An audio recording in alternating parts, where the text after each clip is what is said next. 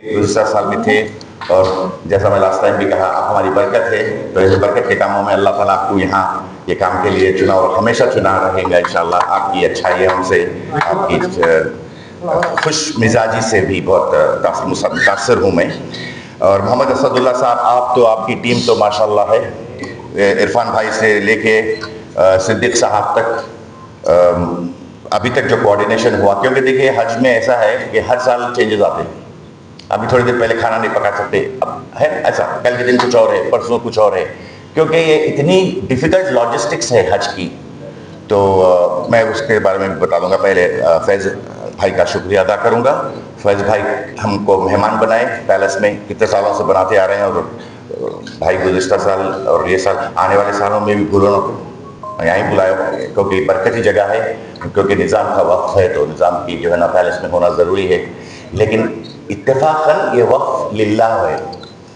अगर वक्फ की बात करेंगे तो सऊदी अरेबिया के अंडर में मैं जो रिप्रेजेंट करता हूँ, मैं सऊदी नेशनल हूँ। ये मेरा बेटा है मोहम्मद हुसैन अल शरीफ, और मैं हुसैन मोहम्मद अल शरीफ, मेरे वालिद शरीफ मोहम्मद 20 साल हाजियों की खिदमत करे। मैं आज ये साल मिलाकर 30 साल हो गए, पैदा नहीं हुए थे जब मैं वालिद से संभाला हर बातें। आज मैं बता रहा था बेटे को कि बेटा 30 साल हो गए बाबा को तुम्हारे ये संभालते हुए जिम्मेदारी। क्योंकि जिम्मेदारी इसलिए है कि हकदारों को हक पहुंचाना है बड़ी जिम्मेदारी। ये ऐसी चीज़ हो जाती कि आप पे बहुत प्रेशर आ जाता, हर तरफ से आता, लेकिन अल्लाह ताला प्रेशर के साथ साथ सब्र भी देता, रास्ते भी बनाता। तो अल्लाह के फजल करम से आज ये साल तकरीबन 90% पूरा प्रोसेस बल्दिया को छोड़ के, किसी और डिपार्टमेंट को छोड़ के सीधा गया कहाँ, मिनिस्ट्री ऑफ टूरिज्म।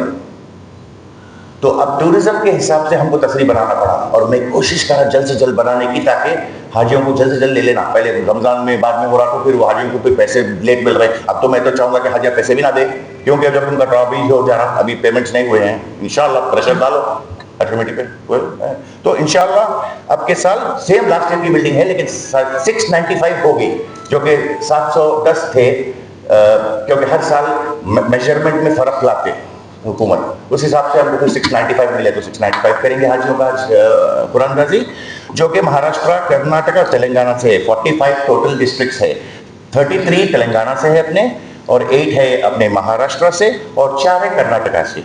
तो जब ये सबको मिलाएंगे तो एक्चुअली 4821। अब आप बोलेंगे कि 4821 क्यों, और 10 से ज़्यादा है। बदकिस्मती से हज कमेटी की मेहरबानी समझिए आप, या यानी भूल चूक, फ्लाइट खोल डाले सेंट्रल हज कमेटी, माफ चाहता हूँ, सॉरी, हाँ फ्लाइट्स खोल डाले, तो हाजियाँ बेचारे डेडलाइन देखे, आधे से ज़्यादा हाजियाँ वो कर ली, मेरे गिरा कर चले गए, क्योंकि लोग मेरे कस्टमर्स थे। तो हमको मजबूरन वो हाजियों को ड्रॉ में लाना पड़ रहा है जो कि बुक नहीं कराए। वो टोटल आपको 4821 की शक्ल में ड्रॉप होगा, और 695 सेलेक्टेड होंगे, और उससे मैं 100 स्टैंड बाई लेके जाऊंगा, और उसमें जैसा फ्लाइट्स अलॉट होंगे, क्योंकि एक साथ अलॉट होंगे हज को, बासा में एक होंगे, फ्लाइट्स भी एक ही रहेंगी, मौलिम भी एक रहेगा, रुबात में भी एक, तो सिस्टम बन रहा, ये बात समझिए कि सिस्टम बन रहा। अच्छा, अब ये हो गया 695 का। इसमें जो एक्सक्लूडेड है महरम वाले, वो औरतें जिनके लिए अलग इंतजाम किया जाता है, जिसके साथ महरम नहीं है, तो वो भी एक्सक्लूडेड है। और आपके नेचुरली जो इंस्पेक्टर्स है हाजियों हज के, और जो शॉर्ट हज एक नया निकला, जो कि तेलंगाना से मैं समझता हूँ नहीं है कोई अप्लाई करा, लेकिन महाराष्ट्र कर्नाटक से कुछ लोग शॉर्ट हज, अगर शॉर्ट हज के बारे में सुनना चाह रहे तो मैं आपको अभी से बताया था, ये आपका फ्यूचर है। मुस्तकबल में आपको शॉर्ट हजीज आने वाला है, क्योंकि जहां आप 30 दिन के खाने का पकाने का मना हो जाएगा, तो आपका पेट जल्दी खराब हो जाएगा, तो आप बोलते हैं मैं जल्दी आ जाऊंगा, तो शॉर्ट हज की तरफ आप लोग जाने वाले हैं बहुत जल्दी। और खाने का डेफिनेटली ऑनगोइंग प्रोसेस के हिसाब से कॉमन खाना, क्योंकि देखिए पाकिस्तान हो या कोई भी नेशनैलिटीज हो, उनका कॉमन मेन्यू होता, एक ही हिंदुस्तान में बेचारा नॉर्थ का अलग है, साउथ का अलग है, ईस्ट का अलग है, इसका खाने की तकलीफ हुई, तो उनको खुद बनाने में मेडिकली हेल्प होती, और उनको रहायश में सहूलत मिलती। तो वो मैं कोशिश करके इसको अभी तक ये साल भी जिंदा रखा के पका सकते हैं। अब आप बोलेंगे कि आज कभी इजाजत नहीं है, तो आप जिनकी मानना है मानिए, जो बन पाएंगे वो बना सकते, सामान लाए, मगर मैं खरीदार खिला दूँ पटाखे बोल देना आज लिख देना के खरीदार खिला देते पका पकाया। तो इंशाल्लाह वो सहूलत रहेगी, लॉन्ड्री सहूलत रहेगी, ट्रांसपोर्टेशन हज कमेटी के थ्रू रहेगा और बहुत हज कमेटी के खरीद बिल्डिंग्स रहेंगे। हम लोग क्या करें, हज कमेटी के साथ साथ जा रहे हैं ताकि अपने हाजियों को सिर्फ पैसे देते वक्त हज कमेटी को खुदाफिज बोलना है एकोमोडेशन के लिए, बाकी का सब तो साथ साथ होगा। तो इंशाल्लाह मैं, मेरी औलाद, मेरा बेटा है और मेरा असिस्टेंट भी है वहाँ पे, ये यंग जनरेशन को तैयार कर रहा हूँ, क्योंकि हम रहे ना रहे, मैं ऐसा हमेशा कहता हूँ, क्योंकि तैयारी तो ज़रूरी रहती और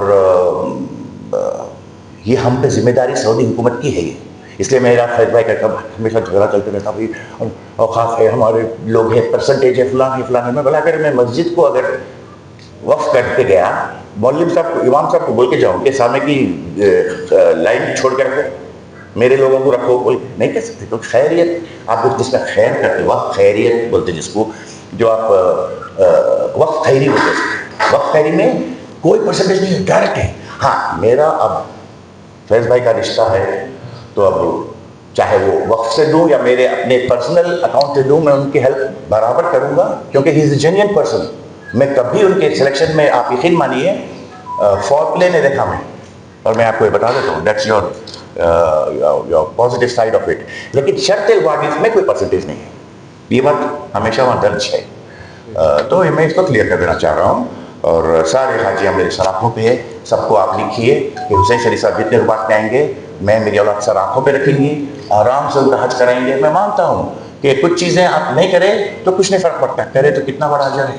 आज हम सब लोग ये खुशकिस्मत है, आप लोग खुशकिस्मत है।